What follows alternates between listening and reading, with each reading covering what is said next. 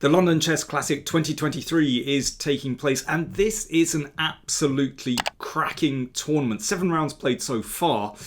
I haven't been able to look at any games because I've been really busy elsewhere, but it's been a fantastic tournament. I'm looking from afar, and lots of decisive games, players really going for it. In the lead at the moment, Michael Adams, 52-year-old from England, playing really, really well. He's in the lead. But I want to look at a game not played by him, but from the 7th round, Hans Niemann, who's just come from the tournament of his life in Zagreb, playing incredibly well, against Mateusz Bartel from Poland. This is an extraordinary game. So just buckle up and prepare for an absolutely wild ride.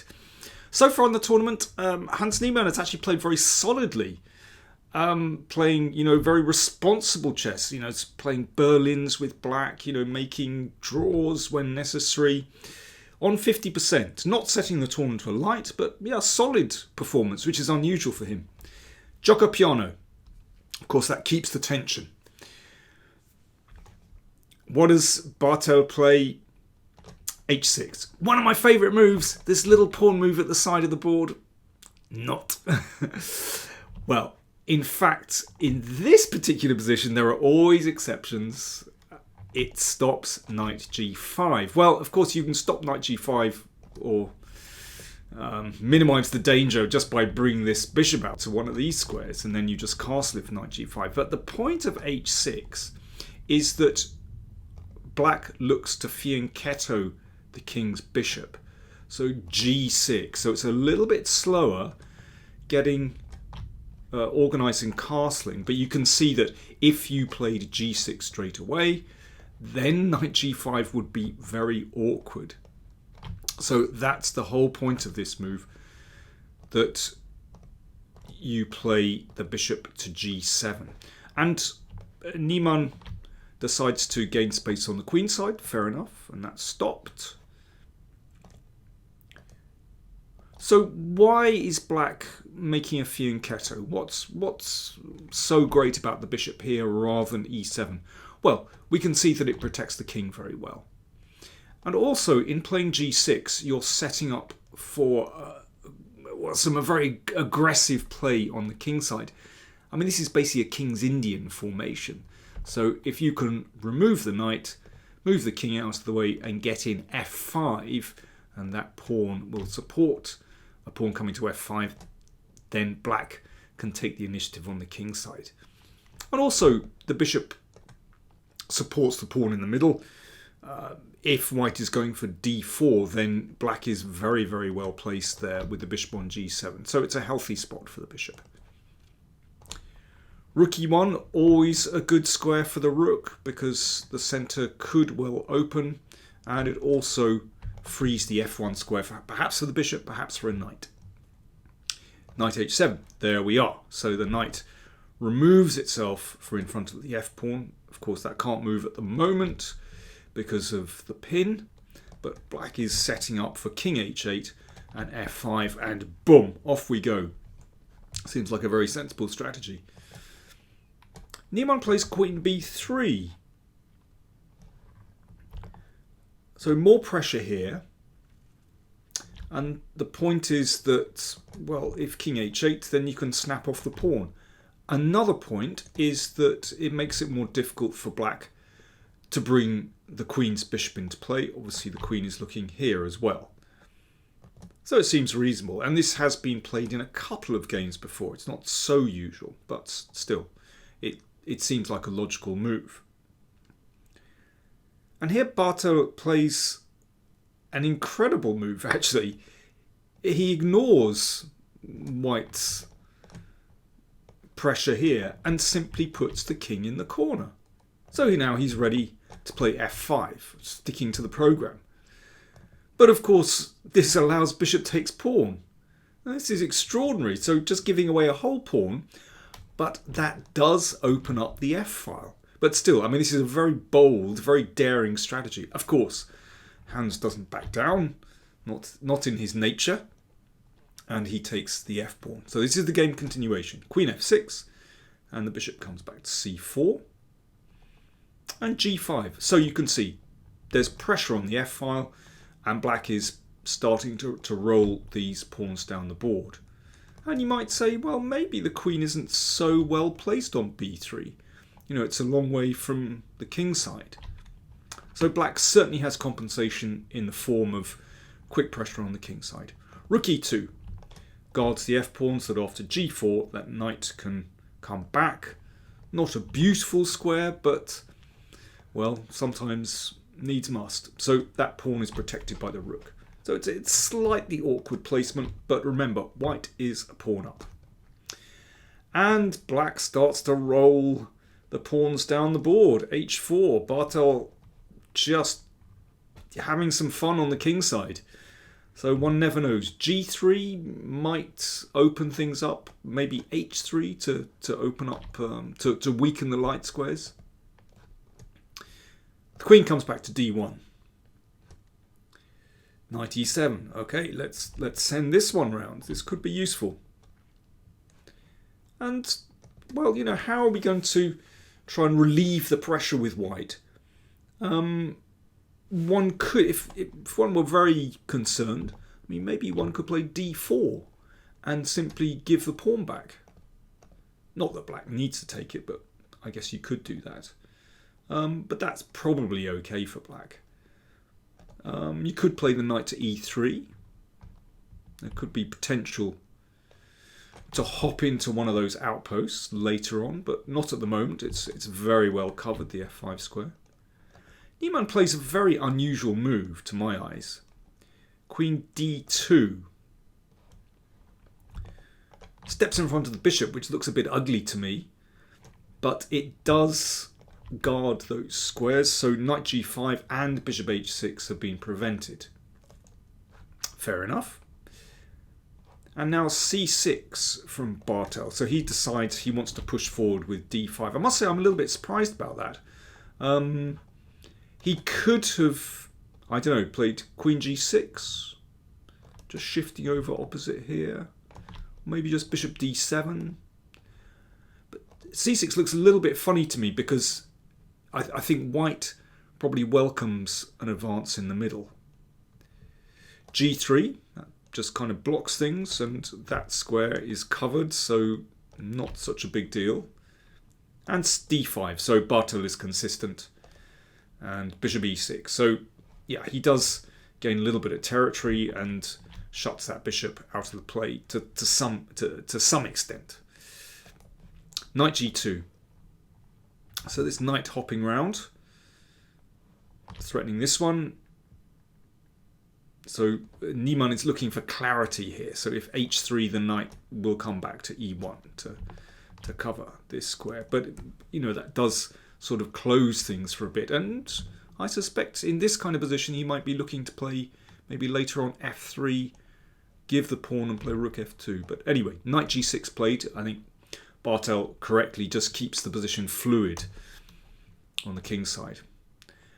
An exchange in d5. So now we have a really irrational position with it's so fluid in the middle of the board. I mean, it's such an unpredictable position now. e4. So, well, that keeps things a little bit blocked, but, you know, there's the chance maybe to open up here. And at some point, white may be able to sort of land a knight here as well. The e3 square is also available for a knight. Rook a4. Well, the chances of this rook coming into action in this direction are minimal, so Niemann sends the rook up the board. I should say that, you know, I've been skirting over these moves very quickly because, well, one, it's a very long game. We could be here all day. There are so many alternatives, but, I mean, it seems to me that so far I think these are pretty plausible moves by both players. I mean, the only move I found slightly surprising was the queen in front of the bishop, but there is logic to it. h3. So finally Bartel decides to close things. Maybe he was worried about an exchange here, and I mean that can be possible. Knight comes back to e1, keeping this square covered. Queen f7. So clearly he wants to sort of bolster this one. Rook b4. Yeah, bit of pressure here, and the rook might come down to b6. Rook c8. And bishop c2. Aha, you can see that Niemann is just directing his firepower on that e4 pawn. And as we're going to see, he's looking to break with c4, break open the centre, and then black's position sort of collapses in the middle. Okay, bishop f6, looking to play a bishop or knight into here. So the queen comes back to d1. So I can imagine that if the knight hopped to g5, that might just get exchanged off. Bishop d8 attacks this one. Bishop h6. Well, it's all happening now. So, you know, the counter-attack starts. Bishop reasonably safe on h6. And c4. I mean, black has advanced these pawns. And that means that behind those pawns is an enormous space that can't be protected very well. So this could be the chance for white's pieces to flood in. So c4, undermining the pawn on e4, and white's counterattack is now in full swing. Bishop g5, that pretty much forces an exchange. So the knight does come to a nice square, but that f3 square is still covered. Knight e3. I think it's clear that the game is starting to turn in white's favour, because, you know, there is pressure here, and, you know, ultimately black's king could be in massive trouble if, let's say, knight f3. That can be exchanged. And actually there's no danger. Rook d2. Obviously the g2 square is covered. But white is in control here. This rook is looking superb. This pawn on e4 is getting undermined. And Bartel clearly realised, well, you know, that things were going against him. And he found an extraordinary move. So in this situation where you feel like you're under pressure, it's a very good strategy to change the nature of the position, to complicate things. Don't make life easy for your opponent. You know, make your opponent solve new problems. And Bartel came up with this incredible move, knight h4. So a knight looks like it wants to hop in here. Fair enough. So that was taken by Niemann. Knight f3 check. Watch out for that rook on g8. So that shouldn't be taken. So because of the check. So the king stepped into the corner. King h1. So far so good. Doesn't seem like there are any real problems for white in this position. And here is where Bartel continued to improvise. Knight takes h2. By the way, the computer is not at all impressed with this idea, but it is absolutely frightening. I mean, let me give you a taste of what might occur if white is careless. So, for example, king takes. Okay, let's be really greedy.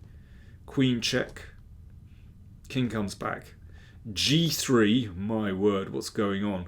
Well, in fact, white is still okay here if you find some precise moves. But, okay, let me show you what can happen here. Rook takes b7. That's too much. This one. Let's say king g1. Check. And mate. Okay, there are lots of other variations. White can defend better, but it's dangerous, basically. I think that's clear. In this position, actually, my computer suggests the move. Okay, could you predict this? White to play. What's a good defensive move? Rook b3, obviously. And apparently white is winning. This rook can, in some positions, switch across to g3 to defend. So, in any case, Niemann decided not to take the knight. and instead he played pawn takes pawn, which is a good move. G3. Bartel has no time to take here. I mean, basically, if you engage in the middle, you're just going to lose. But instead, Bartel presses on. Pawn takes bishop. Both sides press on. G2 check. Absolutely scary. So king takes, black makes a queen. Knight takes, pawn takes. Now, very easy to blunder here. So, for example, if knight takes G2, in fact, black is winning after queen f3. This didn't happen. Threatening mate. And after bishop takes, queen h3. And surprisingly, actually, this is winning for black. I mean, I'd say this is not easy to appreciate during a game. So, for example, after king g1, this. Okay, there's mate is threatened here. You can imagine, yeah, something like queen f1. Rook c1 could be rather embarrassing. King here. Well, eventually this leads to mate, basically. After this, I mean, this is still extraordinary because white can counterattack, but actually this leads to disaster after that one. But anyway, so that's knight takes. I mean, that's a very plausible move, but instead Niemann played king g1. Correct. Queen f4.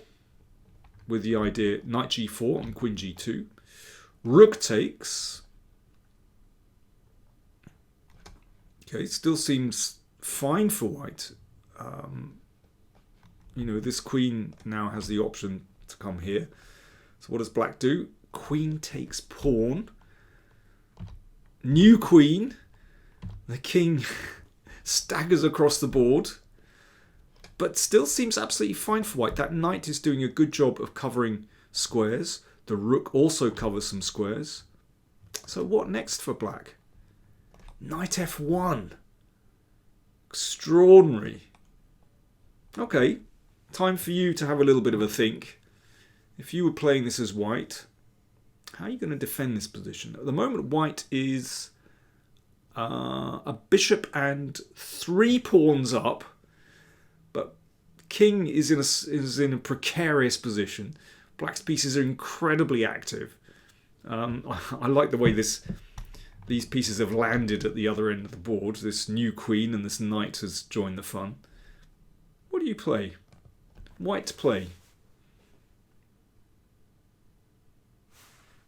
Well, Niemann played queen c1. Threatening mate in 1. Not a bad idea. In fact, it's a very good move. It's a winning move. There's another excellent move, which is d5, threatening queen d4 check. And let's see if, let's say, queen h2. Okay, this looks a little bit scary.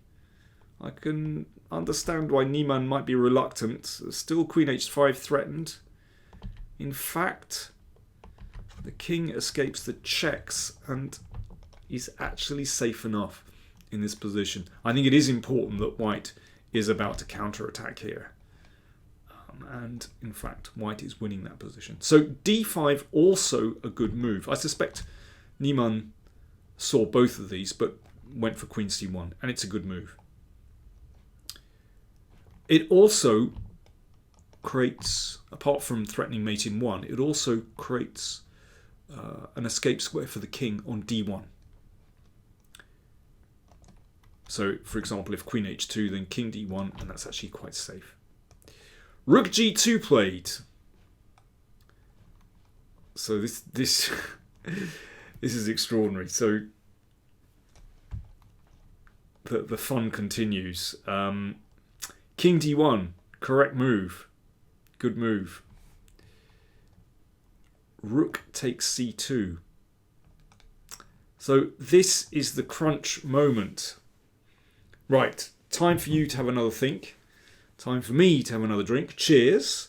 White to play. What would you do here? Hans got it wrong. Can you get it right?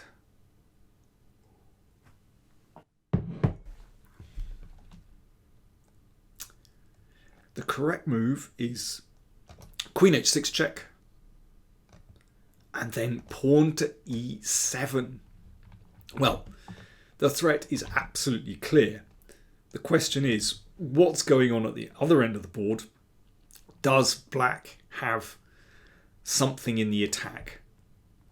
The moment the queen is shut out of play, so I mean the only way to continue really is to play rook here. Actually, it's not the only way. I'll come on to another move in a second. Check. That has to be taken by the queen. Rook takes and king c1. And the checks have run out. Or the sensible checks have run out, and e8 is threatened. I mean, the only way that black can play is to play rook d1 check. And that gives you a check here. King d2. Okay, a couple more checks. But I mean, the possibilities are very limited here for black. So this is, I think, fairly easy to calculate. And yeah, the checks have basically gone. This is simple, and with two rooks and a knight against the queen, that's easy. Or queen takes knight, king b3, and the checks really have come to nothing there. And next move, e8 queen, and in this position, knight here, that can be taken, and queen check, and that's going to lead to mate. So, correct move, queen h6 check. But Niemann played queen takes rook. Now, this is move 44, so I don't think time pressure is involved. I think this is just a miscalculation. After playing a pretty good game, this is a mistake. So what did Niemann overlook? This was taken. Now, did he think that e7 was possible here? Is this what Hans missed? Did he think this was just a winning move? I suspect this was what he overlooked. In fact, black can, well, not only save himself, but actually has a winning move in this position, which is queen g4 check. I suspect this is what he missed. If rook takes queen, knight e3 is mate. What an extraordinary turn of events. Beautiful checkmating pattern, actually. And instead, if king takes, queen takes rook, everything falls into place, it's check, and then you take this pawn with a winning position. So I'm just guessing that Hans overlooked e7, queen g4. So he had to play knight takes rook, but then knight e3 check, double check, king d2, and knight takes, and the tables have turned. I mean, it's incredibly fortunate for black that everything falls into place here. There's no time to play e7 because the rook falls with check. That's the problem. So Niemann plays d5. I mean, in fact, my computer tells me that this is still actually okay for white. If you play rook takes b7, I mean, this is a very strange variation. Looks like black should be winning. In fact, in this position, white is making a draw. It was incredible. Even though queen and knight against rook, this is a draw. Because if the king steps up, obviously, that's a discovered check. If queen takes rook, you make a queen here. Check.